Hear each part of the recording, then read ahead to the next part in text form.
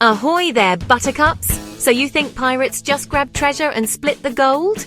Well, let me tell you, the real story is way more fascinating and a lot more like a savvy business operation than a simple smash and grab. Sure, capturing a ship was a huge part of the job, but the real genius was in how they turned that loot into cold, hard cash. Pirates were surprisingly strategic. They were not just wild adventurers, they were clever entrepreneurs of the high seas, always hunting for the best return with the least amount of risk. Their ultimate prize? Those heavy, slow-moving Spanish treasure galleons packed to the brim with silver and gold from the Americas. Snagging just one of those could set a whole crew up for life. But since those were rare, pirates mostly relied on merchant ships, the true workhorses of their plunder.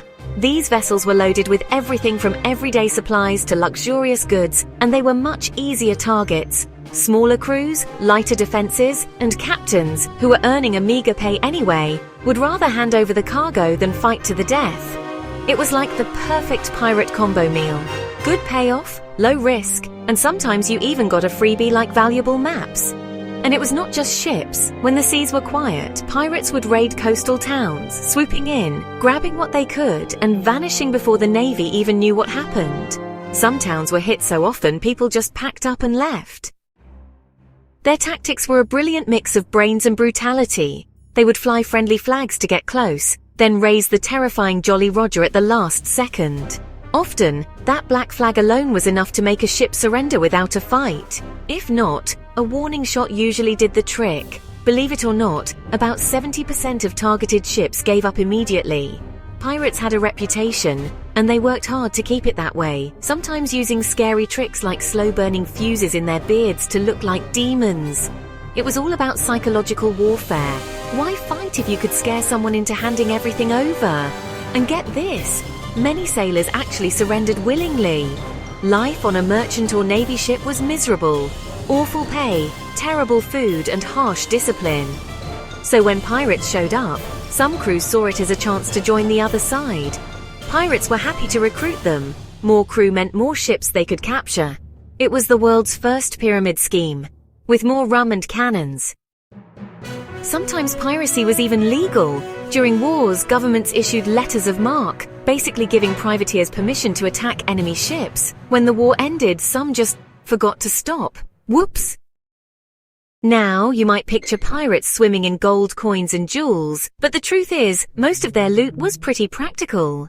Sure, they dreamed of Spanish gold, but often they ended up with spices, sugar, rum, fabric, or tobacco, all super valuable and easy to sell.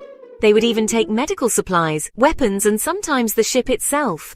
One pirate crew loved their captured ship so much that they kept it because it was faster than their old one. Of course, not every haul was a winner. Imagine risking your life only to capture a ship full of wigs, math textbooks, or religious pamphlets. One captain called it the worst prize ever taken upon the seas. Talk about a bad day at the office.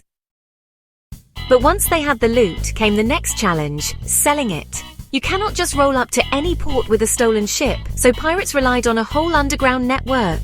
Places like Nassau and Tortuga were basically pirate capitals, lawless ports where no one asked questions. There were also secret buyers in almost every major city, corrupt officials willing to look the other way, and complex smuggling networks that moved goods until their origins were forgotten. Some pirates even retired and became respectable merchants, using their stolen wealth to start new lives. When it was finally time to get paid, pirate crews had a surprisingly fair system. Everyone signed a contract called Articles that spelled out how the loot was split.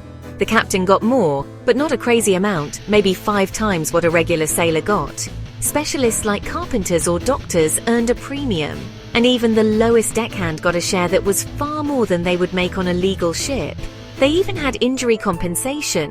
Lose a limb, and you got a payout. It was one of the first disability insurance plans. A good haul could make a pirate rich for life, but most did not stay rich for long. These sailors lived fast and spent faster. Taverns, harlots, gambling, fancy clothes, and entertainment drained their coins almost as quickly as they got them. Very few buried treasure.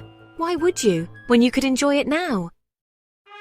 In the end, piracy was a risky, often short-lived business. But it was run with a mix of clever strategy, brutal efficiency, and a democratic spirit that was pretty unusual for its time. So next time you think of pirates, remember, they were not just thieves. They were the original startup founders of the high seas. Thank you for watching. Hope you found this video informative and entertaining. Please subscribe, like, share, and comment. We do like to know and hear your feedback. And if you have the means, please consider supporting us on Patreon, where you can get early access to our videos and where we post bonus material. Till next time, this is Geeky Tidbits saying cheers and have a good day.